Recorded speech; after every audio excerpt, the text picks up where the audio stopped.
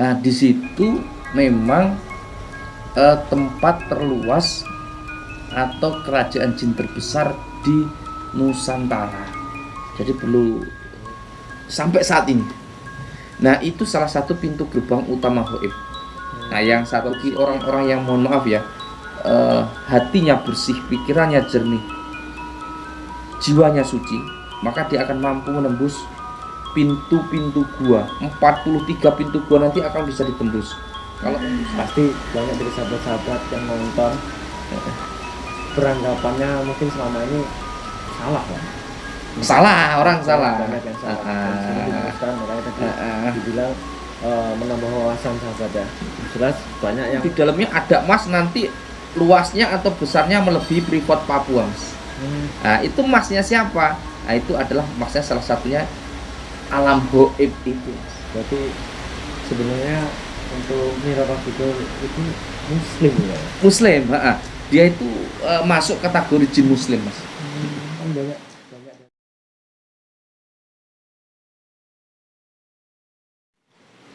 Bismillahirrahmanirrahim. Assalamualaikum warahmatullahi wabarakatuh. Waalaikumsalam warahmatullahi wabarakatuh. Asyhadu an la ilaha illallah wa asyhadu anna Muhammadar Rasulullah. Allahumma shalli ala sayyidina Muhammad wa ala ali sayyidina Muhammad. Sahabat-sahabat subscriber Ustaz Official dimanapun sahabat-sahabat berada, kali ini menonton video ini ya. Jumpa lagi bersama kami di sini sahabat. Tentunya masih dalam tema yang sama, yaitu adalah tema ngobrol santai. Ngobrol santai seputar gaib, ngaji dan juga salawat sahabat. Tetap pantengin selalu obrolan kita, sahabat-sahabat juga bisa tanya jawab di sini ya dengan cara komentar. Karena obrolan ini pasti akan menambah wawasan sahabat pada malam hari ini sahabat. Oke sahabat, untuk sahabat-sahabat yang baru nonton video ini, mungkin yang baru mampir, saya ucapkan terima kasih. Dan yang sudah menonton video ini, yang sudah like juga, saya ucapkan banyak terima kasih sahabat. Dan jangan lupa untuk teman-teman yang baru mampir, silahkan subscribe, karena subscribe itu gratis sahabat. Dukung terus channel kami ini agar lebih maju ke depannya, agar sahabat-sahabat setelah subscribe mendapatkan, menjadi yang pertama kali mendapatkan notifikasi sahabat ya, ketika kami upload video tentunya di channel kita, channel Ustaz Official. Dan malam hari ini sahabat masih sama seperti biasanya ya, saya Official Ustaz sudah ditemani guru besar saya Bapak Ustaz Ahmad Rois Mardian. Ustaz, sehat Ustaz? Alhamdulillah sehat walafiat ya. Ini dalam posisi hujan sahabat. Alhamdulillah setiap kita podcast hujan ini. Hujan. Alhamdulillah rahmat dari Allah. Pada malam hari ini sahabat, ini kita masuk ke dalam ranah kegaiban ya. Karena channel kita kan rata-rata yang diupload itu tentang dunia gaib. Jadi mungkin bertanya-tanya, mungkin saya juga pun bertanya-tanya sahabat, sebenarnya untuk di Nusantara ini Pak, ini terutama saya yang bertanya kepada, untuk di Nusantara ini tentunya di Indonesia Pak, kira-kira negara terbesar atau kerajaan terbesar kegaiban itu tentunya kelihatannya di Pulau Jawa Pak ya. Di Pulau Jawa. Di Pulau Jawa. Tepatnya itu di mana sih Pak? Kira-kira lebih tepatnya di kerajaan terbesar ya Mas ya.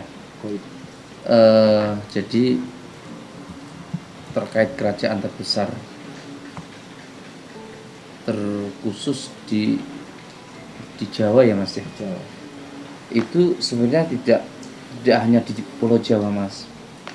Jadi kerajaan terbesar bangsa jin yang ada di Indonesia ya, atau di Nusantara lah Mas ya. Itu yang sudut pandang saya ya, itu insya Allah berada di ujung Pulau Jawa. Di ujung Pulau Jawa. Itu berada di Banyuwangi. Jadi mungkin teman-teman yang tahu ujung Pulau Jawa yang paling ujung, berdekatan dengan Bali. Sebelah dengan Selat Bali, jadi dekat lah. Itu ada sebuah tempat di situ Mas, atau hutan, namanya hutan Alas Purwo. Mungkin pernah dengar Mas ya. Alas Purwo. Alas itu ya alas, ladang kayak hutan, Purwo itu lebar besar. Pokok di situ sangat luas, kurang lebih 43.000 hektar lah hutan itu. Nah, di situ memang tempat terluas atau kerajaan jin terbesar di Nusantara. Jadi perlu nambah wawasan ya ini untuk para pemirsa atau subscriber ya Mas ya, bahwa kerajaan terbesar Hoib itu yang paling besar itu berada di Banyuwangi yang bertempat di Alas Purwo. Nusantara itu terkait bisa juga Malaysia masuk Mas, Malaysia, Thailand, Singapura, maksudnya di luar negara tapi masih ranah Hoib loh ya, bukan negara ya. Itu Hoibnya masih ikut di Pulau Jawa itu terbesar.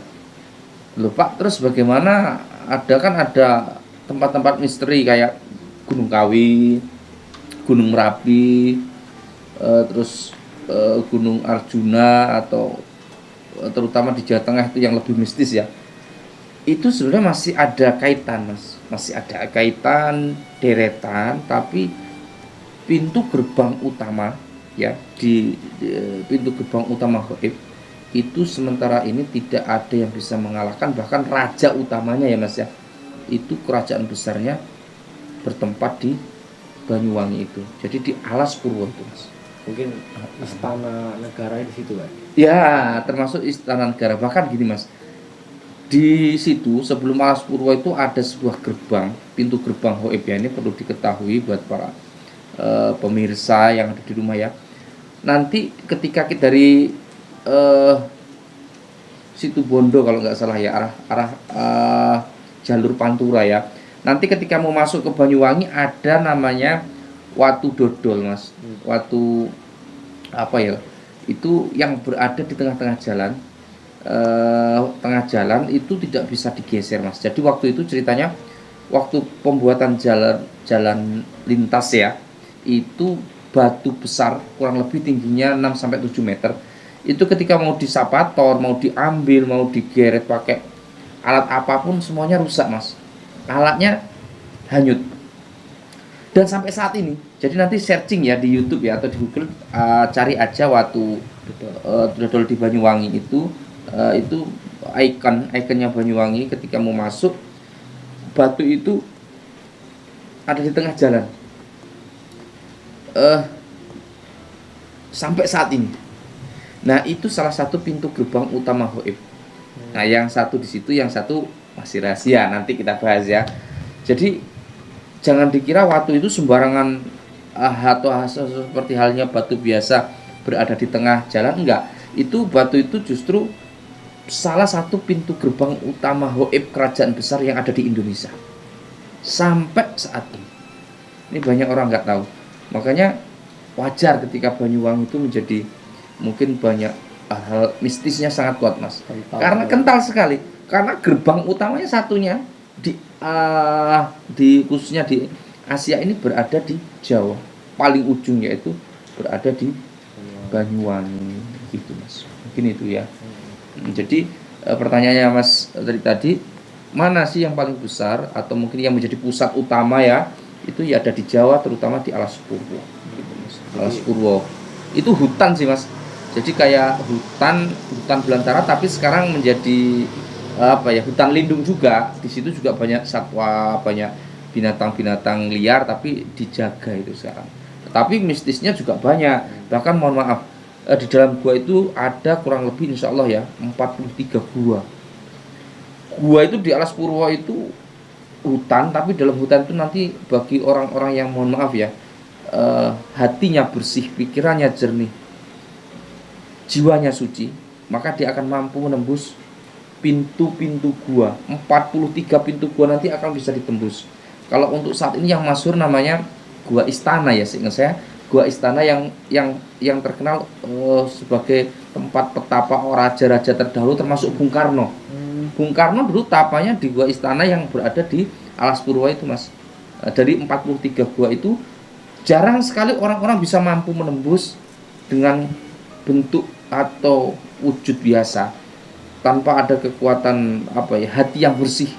Pokok memang ikhlas benar untuk bertapa situ susah. Bahkan mohon maaf, masuk situ nggak bisa keluar kalau ada niat yang tidak beres. Makanya menarik sih sebenarnya kalau membahas tentang kegoiban di Indonesia ini sangat menarik, Mas Tri. Siap, Pak. Berarti untuk mengenai mitos-mitos yang dikatakan orang-orang terdahulu itu bisa dikatakan benar, Pak, ya? Mengenai raja-raja yang bertapa. Benar sekali. Termasuk mitos terdahulu. Kemudian orang yang datang ke Alas Purwo tidak bisa kembali tadi ya. Nggak bisa kembali. Itu juga termasuk mitos-mitos teman-teman. Jadi itu teman-teman yang mungkin belum tahu ini juga bisa untuk menambah materi, menambah wawasan biar lebih tahu mengenai dunia seperti itu, teman-teman. Untuk mengenai mitos-mitosnya, Pak, itu kan juga termasuk tadi tempat petapanya para raja termasuk presiden pertama. Juga saya pernah dengar ada mitos itu, Pak, mengenai masih tersimpannya banyak keris atau pusaka di dalam Alas Purwo. Baik, itu Mas, saya sampaikan tadi, di samping bahwa Banyuwangi itu pusatnya para goib, pusatnya para jin, di situ juga pusatnya para barang-barang pusaka. Keris, termasuk jimat, termasuk benda-benda antik, bahkan kalau bahasa sekarang artefak lah ya. Artefak yang mungkin masuk sejarah. Itu sampai saat ini semua disembunyikan, Mas, di sana. Jadi orang-orang bertapa itu biasanya yang lulus ujian, biasanya pulang dibawakan oleh-oleh. Nah itu kalau memang mau benar-benar nyari, ya artinya nyari bukan kita minta kepada jimat, itu enggak ya. Karena kalau berbicara goib ini jangan kaitkan dengan realistis akal kita. Karena berbicara goib ini kita ya pakai sudut pandang goib ya, Mas ya. Jadi nggak masuk akal kalau dianalogikan ya. Jadi kalau orang-orang bertapa di sana itu sekarang dan sampai saat ini masih banyak loh, Mas, orang yang bertapa. Bertapa itu untuk mencari goib, termasuk yang saya dengan sampaikan tadi, mencari keris, mencari benda-benda lainnya yang mungkin bisa untuk dijadikan manfaat untuk dirinya ya. Sampai saat ini masih ada. Dan bahkan juga saya pernah lihat artikel, Pak. Artikel di YouTube pun sekarang untuk Alas Purwo itu malah dialihfungsikan untuk banyaknya orang yang mencari pesugihan. Benar sekali. Jadi benar sih, Mas. Di sana itu juga banyak macam, Mas. Jadi ada yang niatnya bertapa untuk mencari jati diri, ada yang bertapa untuk mencari pesugihan, ada yang bertapa untuk mencari kesaktian. Artinya banyak faktor, Mas. Itu kasusnya hampir sama sih seperti Gunung Kawi, Gunung Merapi untuk mencari hal-hal seperti itu. Tapi hati-hati, Mas, kalau di Purwo ini juga agak-agak bahaya. Bahayanya gini, orang yang datangnya niatnya buruk atau punya tujuan lain seringkali disesatkan, Mas. Bahaya. Sampai saat ini loh, itu kan hutan belantara loh, Mas. Pohonnya masih besar-besar, bisa masuk kita nggak bisa keluar. Saat ini aja dibuatin jalan ya sama pemerintah, kan ada tubuhnya itu mau masuk ya. Jadi terarah lah. Tapi kalau masuk ke dalam-dalam mencari lorong-lorong, susah. Nah artinya sampai saat ini masih juga orang-orang yang mencari pesugihan, orang bertakwa, bertapa maksud saya, di dalam tempat-tempat yang tersembunyi yang orang lain nggak tahu sampai saat ini. Makanya bahaya sekali. Karena saya sampaikan tadi di dalam hutan tadi, penguasa jinnya kan banyak, Mas. Yang baik juga ada, yang buruk juga ada, campur. Jadi kan dimanfaatkan, orang-orang itu dimanfaatkan sama bangsa jin itu di dalam Alas Purwo. Terus ini kan tadi dari Pak Ustadz ya, teman-teman yang ini benar-benar menjadi materi tambahan sahabat-sahabat yang belum tahu mengenai besarnya wilayah kekuasaan atau kerajaan yang ada di Alas Purwo kan pusat, termasuk Nusantara kata Pak Alas, jadi nyampe Malaysia, nyampe Vietnam ya Pak. Benar sekali. Bahkan nyampe luar negeri kan. Luar negeri bahkan. Yang menjadi patokan di sana, Mas. Iya, menjadi pusat pemerintahan. Pusat pemerintahan lah kalau berbicara negara ya. Kira-kira Pak. yang saya tanyakan, misalkan suatu struktur kenegaraan atau pemerintahan itu kan positif, ada seorang pemimpin juga. Ada pemimpinnya. Besarnya seperti itu bahkan melebihi faktor Indonesia, wilayah Indonesia kan. Kira-kira yang memiliki kekuasaan penuh di alas Purwo tentunya itu. Kira-kira siapa Pak? Yang menjadi pemimpin besar lah mungkin Mas ya. Menarik Mas. Oke. Jadi gini, pertanyaan ini menarik sekali terkait siapa sih Pak yang bau rekso terutama di tanah Jawa atau di alas Purwo ya terutama ya Mas ya. Jadi gini, itu banyak sih sebenarnya di alas Purwo. Saya sampaikan tadi Mas, banyak jin ya yang di situ kan tidak hanya hitungan ribuan Mas, jutaan bahkan miliaran yang menetap di alas Purwo itu. Tapi yang paling masyhur loh Mas ya, ini yang paling masyhur itu di situ salah satunya ada kera putih Mas. Kera putih itu juga yang borekso alas Purwo. Itu artinya yang menjadi penyeimbang lah dengan alam di situ. Itu juga terkenal salah satu sesosok apa ya, jin yang penguasa di situlah Mas terutama ya. Terus ada lagi sesosok apa ya, naga. Jadi naga puspa Mas. Jadi naga puspa itu tidak hanya di Angklung Darmo, itu bener real adanya di dalam dunia gaib loh ya. Itu sampai saat ini di Purwo itu ada yang borekso namanya naga puspa. Itu sampai saat ini adalah menjaga keamanan stabilitas alam itu sendiri Mas. Nah, itu ada. Nah, terus ini yang paling masyhur Mas. Yang paling masyhur dan yang paling kuat itu tidak lepas dari Ratu Selatan. Atau mungkin orang Jawa ngomongnya apa, Nyi Roro Kidul ya. Nyi Roro Kidul. Jadi mohon maaf ya untuk para pendengar. Jadi jangan salah paham. Ketika kita berbicara jin, maka konteksnya jin. Kalau nanti berbicara tentang wali, maka konteksnya juga perwalian. Ini berbicara jin ya, yang borekso jin ya, bukan sing borekso wali, bukan ya. Karena di dalam dunia itu juga ada dunia perwalian yang tidak tercover atau dipublikasikan Mas.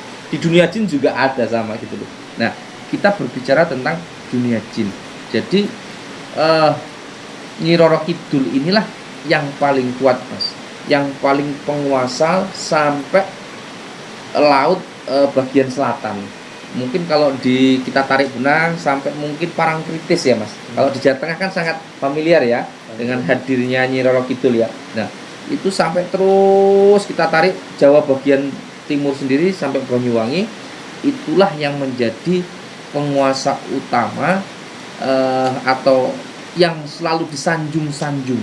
Jadi kerajaan itu ketika membuat upacara, ketika bahkan mohon maaf meminta tumbal Mas ya, itu harus seizin Ratu Selatan itu. Gitu. Jadi banyak, mohon maaf ini pasti nanti bahasa kita nanti akan pro kontra ya Mas. Pak, itu mitos Ratu Selatan ya kan? Itu Ratu Selatan itu cuma legenda Pak loh. Tergantung bagaimana kita memandang sudut pandang ya. Ini perlu diketahui bahwa Ratu Selatan itu adalah banyak versi ya. Ada yang itu masih turunan raja, putri dari raja besar ya, termasuk Raja Joyoboyo atau mungkin dari Kediri ya. Banyak sejarah yang mengatakan itu cerita hanyut lah. Tapi masalah itu kita tidak perlu mendebatkan. Tapi yang paling penting bahwa Ratu Selatan itu adalah makhluknya Allah yang saat ini ditugaskan oleh Allah untuk menjadi bangsa jin dan penguasa pantai atau pantai selatan sampai ujung Pulau Jawa. Jadi sama Allah ditugaskan untuk menjaga alam dan menghukum orang-orang yang hubud dunia, orang yang suka dunia. Bahkan perlu diketahui sekarang, dilihat di Banyuwangi bagian ke selatan itu ada sekarang tambang baru Mas, namanya Tumpang Pitu. Itu di dalamnya ada emas, nanti luasnya atau besarnya melebihi Freeport Papua Mas. Nah, itu emasnya siapa? Nah, itu adalah emasnya salah satunya alam gaib itu Mas. Jadi emas itu kan sekarang disembunyikan dengan alam-alam gaib itu. Nah, yang menjadi penguasa utamanya sekarang adalah Ratu Selatan itu.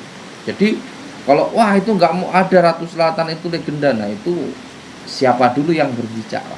Bagi kita umat Islam dan beriman kepada Allah, saya sendiri pun mengakui bahwa itu makhluknya Allah yang ditugaskan oleh Allah untuk menghukum orang-orang yang hubud dunia, menghukum orang-orang yang mungkin sombong, menghukum orang yang mungkin angkuh. Jadi ini termasuk salah satu jin muslim. Ratu Selatan itu jin muslim. Bahkan saya sempat sedikit-sedikit cerita, beliau itu ketika mau meminta tumbal, ketika mau mengadakan upacara, beliau selalu izin dengan orang-orang atau kiai-kiai sepuh yang berekso daerah Banyuwangi sampai Jawa ujung. Segitu tertatanya gitu loh mas.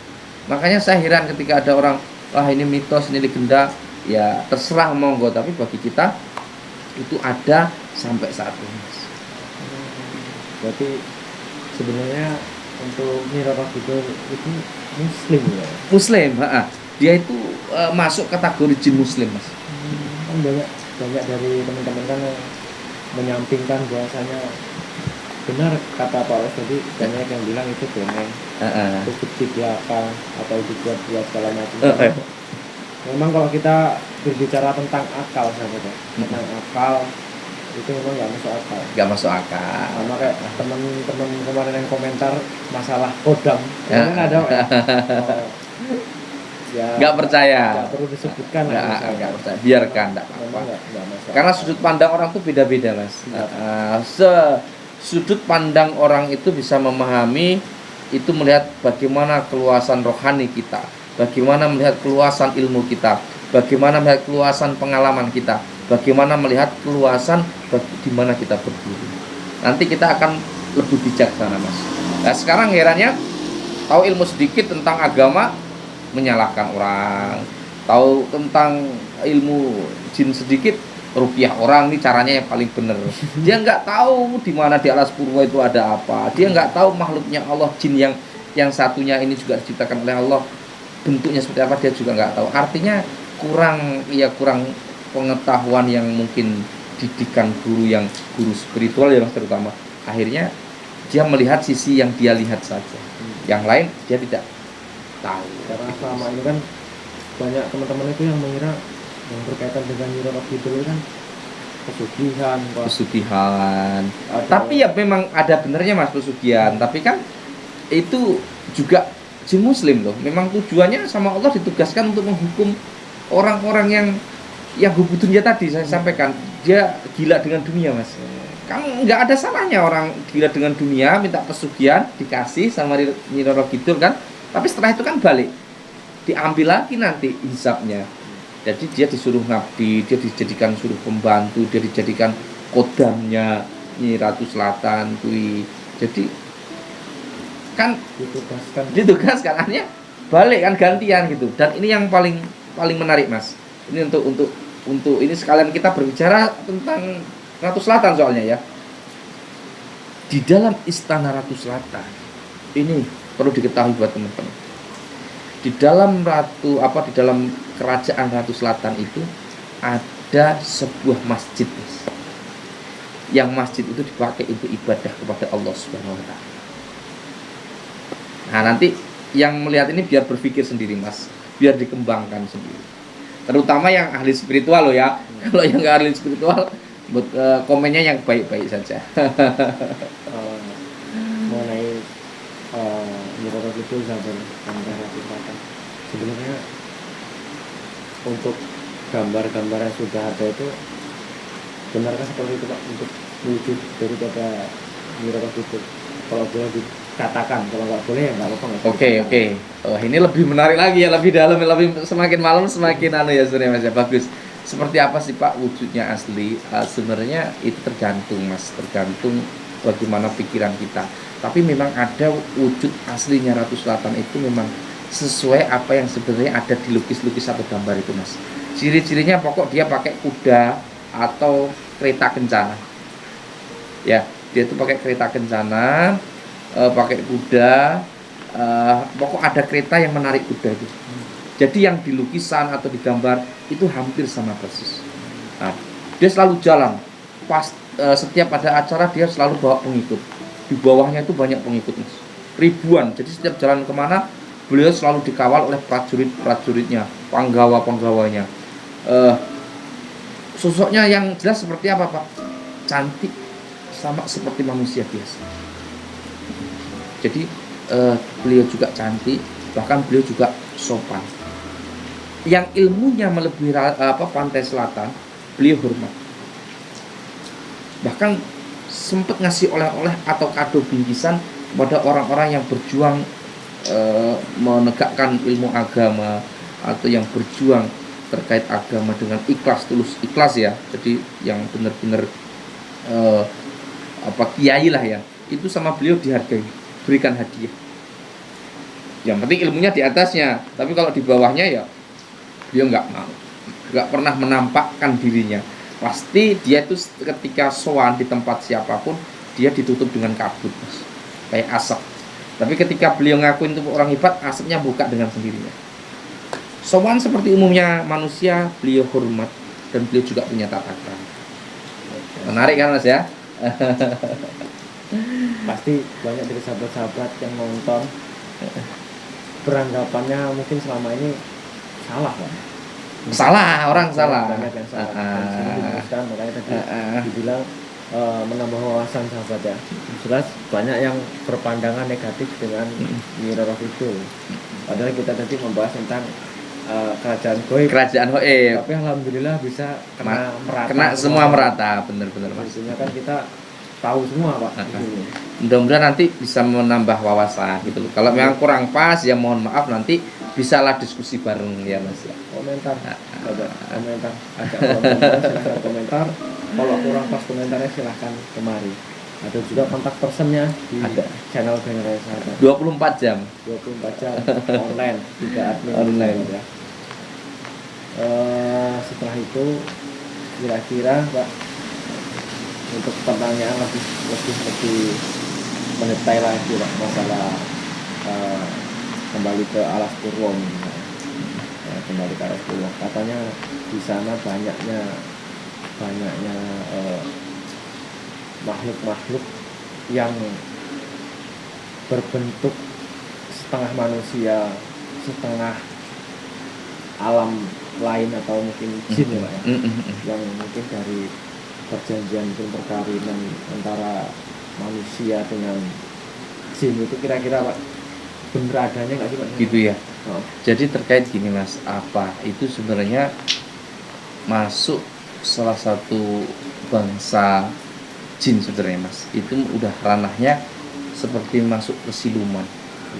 Jadi memang kadang ada, mohon maaf, mungkin seperti anak genderuwo gitu kan ya. Kalau dulu mitosnya bahkan sampai saat ini ada ya anak genderuwo itu di Alas Purwo sampai saat ini. Bahkan kita insya Allah pernah kita ke sana, ada memang mitosnya beliau itu anak genderuwo. Sebenarnya ini lebih identiknya ke sini sih. Itu adalah siluman Mas, atau mungkin dulu juga ada bangsa manusia yang bertapa, tapi bertapanya itu salah tujuan Mas. Atau yang bertapanya juga dulu punya ikatan perjanjian kontrak sama jin.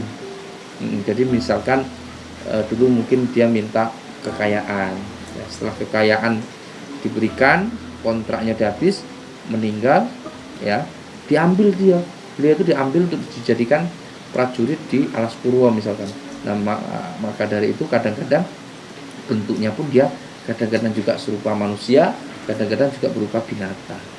Jadi memang itu benar-benar adanya benar. Jadi itu tidak ada itu mitos, apalagi zaman sekarang pakai gitu, ada gitu loh. Seringkali orang-orang itu sampai saat ini mana loh orang yang nggak kenal Alas Purwo. Saya pengen tanya, spiritual mana yang nggak kenal dengan Alas Purwo? Insya Allah nanti apa yang saya sampaikan ya pasti akan dibenarkan gitu loh Mas. Jadi memang ada bentuk-bentuk seperti itu, bahkan bentuk yang baik, bentuk yang buruk apapun itu di Alas Purwo ada, termasuk ya itu tadi Mas, kayak setengah manusia, setengah jin. Nah itu ada di sana. Karena itu termasuk dari mitos Pak. Benar. Ini di sini sekalian saya pecah mitos-mitos yang ada di Alas Purwo sekalian sahabat. Ini berhubung waktu sudah larut malam. Malam ya. Ini udah jam 1 malam sahabat, alhamdulillah ya Pak. Jadi kalau udah selesai untuk Insya Allah selesai. Pesen sebentar ya Mas ya. Siapapun itu ya, terutama orang spiritual, jangan bilang orang sakti, jangan bilang orang hebat sebelum masuk di alas purba. Sebelum masuk atau mengenal kerajaan yang ada di Banyuwangi. Di sana gudangnya ilmu, di sana gudangnya para lembut, di sana gudangnya para jin. Tapi itu semua tidak lepas dari ciptaan Allah.